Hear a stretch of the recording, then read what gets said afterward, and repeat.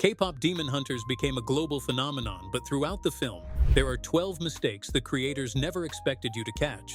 But before we expose these shocking secrets in the movie, hit that subscribe button if you want more videos like these.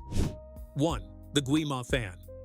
To start off our craziness today, here's something that happened, but you would have never guessed it in a million years. More so, it doesn't even make any sense when you think about it. During one of the early crowd scenes, there's a quick shot of someone wearing a shirt with Gwi-Ma's name on it. Not a big deal, is it? Well, stop and think for a second. The entire premise of K-pop demon hunters is that demons are supposed to be hidden from humanity. This is all thanks to Huntrix, who has been working day and night to keep these beasts in the underworld, where people have no idea they even exist till the final battle exposes everyone. So, how does this random person in the crowd know about Gwi-Ma? Regular humans don't even know that the demons exist, let alone the name of the demon lord who is ruling the underworld and causing a lot of havoc. At first, the community thought that this was nothing more than an error, but the more we think about it, the more possibilities start to open.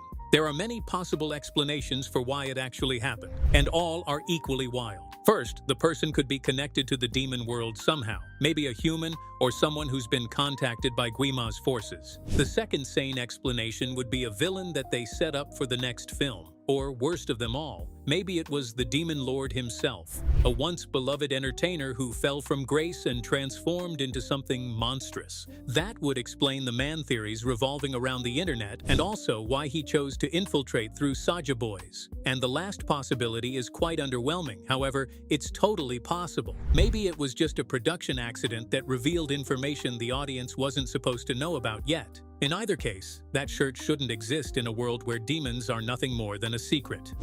2. Baby Saja, the actual leader.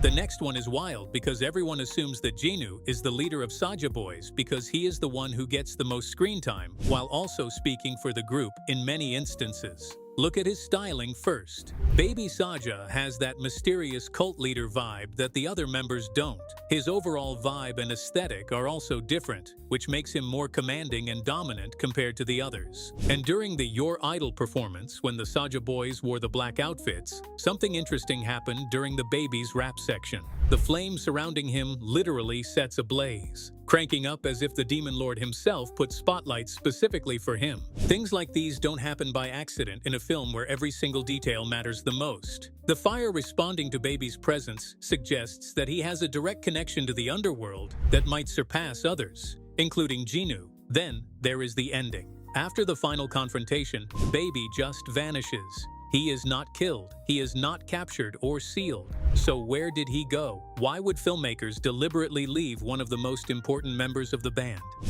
3. The truth about Huntrix's choreography. A lot of viewers actually watch the band's performances and fight scenes, appreciating the impressive choreography and singing without realizing what they're actually seeing. Those moments and movements aren't just your regular dance. They're directly lifted from traditional Korean shamanic ritual dances that are designed to connect with spirits and even ward off demons. If you look closely at the arm gestures of the characters, you can see that there is a specific footwork pattern with the soft steps. These are actually the authentic movements from Korean mudang practices that have been used for centuries, and they are actually real. The filmmakers don't just create cool-looking choreography. Rather, they research the actual demon-banishing rituals that existed in Korea and how those powerful and authentic fight scenes weren't just a mistake. They're not even attacking demons with sword magic. They're just performing spiritual warfare through their sheer movements. Every spin gesture and formation is a weapon that is designed to destroy the underworld forces. And when we combine it with K-pop performance aesthetics, with those shamanic practices, it creates something unique, which is idol choreography that functions as an exorcism.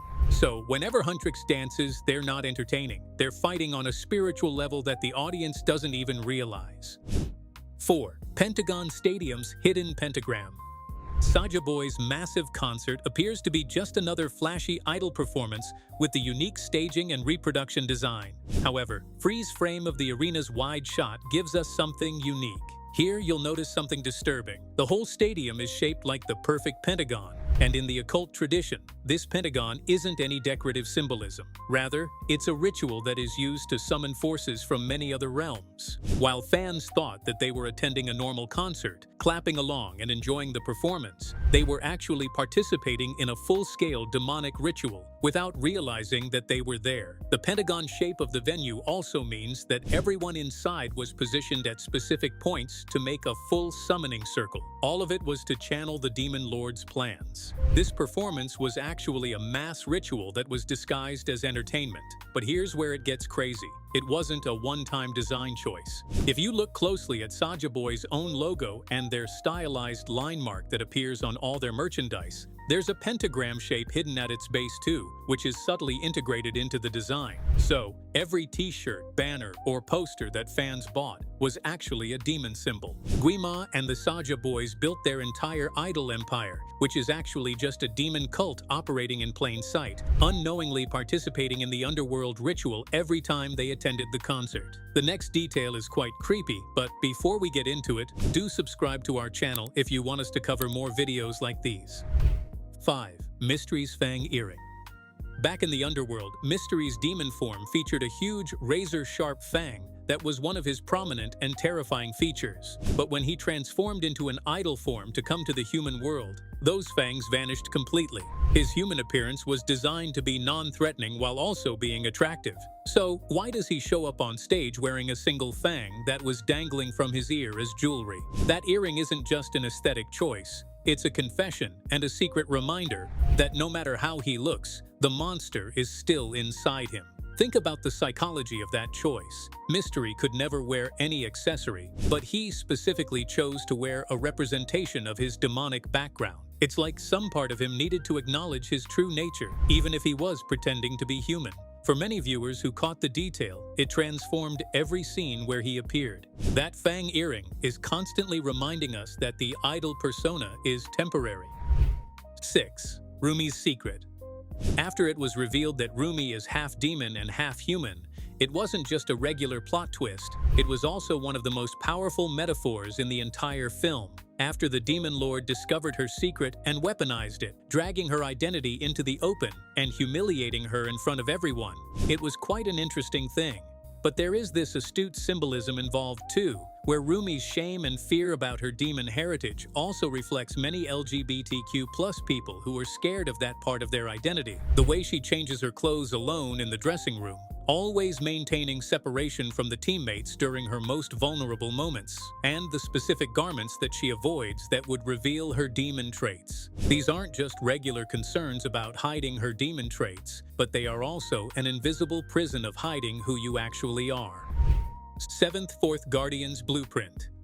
Here is another one of the secrets. A Netflix insider actually revealed that K-pop Demon Hunters was never even designed as a standalone film. It was always intended as a setup to get 4 members, which is similar to Blackpink's style group, and evidence has been shown in plain sight without anyone realizing. Just look at the color coding. Each Huntrix member has a signature color. The room is white, Zoe is in azure turquoise, Mira is always in black. Those aren't just random design choices, but they look directly similar to Korean mythology's 4 symbols, also known as the 4 guardian beasts. In this mythology, there are 4 divine creatures, including the white tiger, the azure dragon, the black tortoise, and the vermilion bird of the south. Now watch what happens when you map Huntrix's members to those guardians. Rumi's story is clearly linked with the white tiger, and if we look at her ferocity and connection to the west, even her color palette is the same. Zoe's hero pose and fighting style mirror Claude's stance and fluid movement of the azure dragon. Mira, with her defensive capabilities, is quite like the black tortoise. This leaves one guardian missing, the vermilion bird. The theory is that the new 4th member will be introduced in the sequel, and here's also the kicker that she is supposed to be a foreign idol, similar to how Blackpink's Lisa is. 8. Mira's Demon Powers. Next up is Mira's demon powers. From the beginning, Mira demonstrates an unusual intuition about Rumi. She's the one who senses when something's off, and she's always suspicious of what's happening around her. But what if there's something more? This theory states that Mira might have some dormant demon powers of her own. This evidence is subtle, and the mystery is still unresolved. The studio might have made a mistake showing her these little moments where Mira is almost always around Rumi whenever there's trouble. She's not only suspicious of her, but she's also quite sharp with those instincts. 9. Derpy and Sussy as cultural Easter eggs. Most viewers see Derpy, the tiger, and Sassy, the fox, as cute mascot characters that are also adorable sidekicks, adding cute charm without deeper meaning. But according to the director Maggie Kang, these animals are actually sophisticated cultural Easter eggs that are referencing centuries of Korean tradition. The Derpy design was directly based on Minhwa, a Korean folk art that symbolized hope and spiritual protection. Sassy, a Rumi sly fox companion, is also similar to the Hojakdo tradition. In Korean folklore, foxes possess shape-shifting abilities and are supernatural but quite cunning. They often serve as messages between the human and spiritual world. Together, these animals represent more than just a mascot because they are a living connection to the Korean spirit, which most people don't even understand. 10. Rumi's disappearing earrings. Throughout the movie, Rumi is seen with earrings, yet they often disappear in many scenes, especially during her performances. Mostly, she is wearing her cool earrings. When she was singing her song, "I Broke Into a Million Pieces," those earrings disappeared, and it was quite confusing. Most fans didn't even realize that, but if you look closely at that performance, you will check it out. Dandy appears again when she sings her next song, which is quite strange. It seems like either an animation mistake or maybe a symbolism of something. 11. The pronunciation error. Another mistake requires knowledge of Koreans to catch, but it is significant because it literally changes the meaning of the lyrics during the soda pop performance. During the high-energy song, one of the Korean words is pronounced completely incorrectly, and the error made it into the final version that appears in the movie.